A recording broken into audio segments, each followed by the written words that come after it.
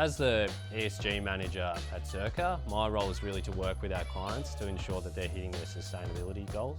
And a lot of that is around our waste management processes. So we're obviously a cleaning company, facility services company, and it's really important for us to work with those clients to maximise their diversion rate, also working at reducing overall waste, and we're looking at innovation in those processes. So how do we continually give innovation to our clients to ensure that they meet their goals?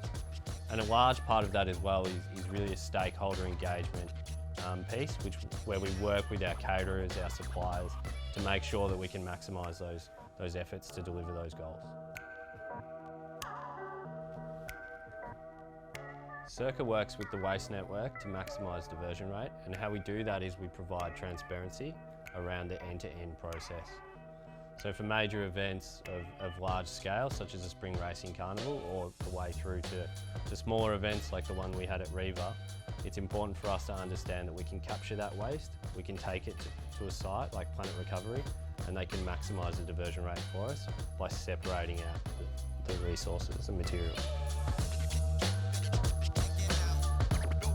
So we've been working closely with the Waste Network on our diversion and circularity strategy. One of the major benefits of bringing all the waste into Planet Recovery is that we do have a transfer station here. We are a transfer station, so the boys go through all the waste to make sure all the streams are segregated. Even if there is contamination, they will go through and clear it.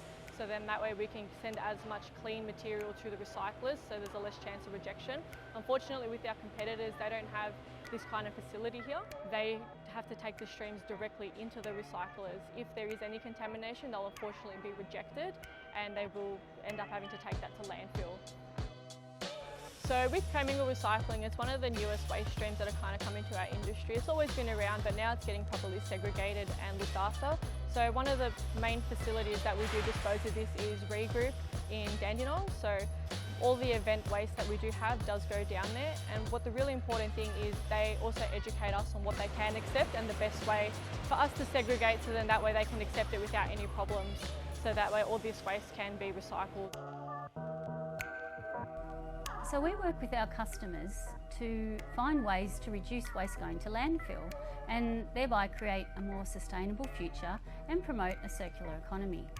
We're committed to creating a wasteless society where all materials that are disposed are either recycled or reused. So today we're going to see how mixed recyclable packaging materials from events across Melbourne are going to be sorted and baled and sent for reprocessing into new products. Recyclables such as paper and cardboard, glass, plastic containers, aluminium and steel are received here at our materials recovery facility, or MRF as we like to call it, in Dandenong South.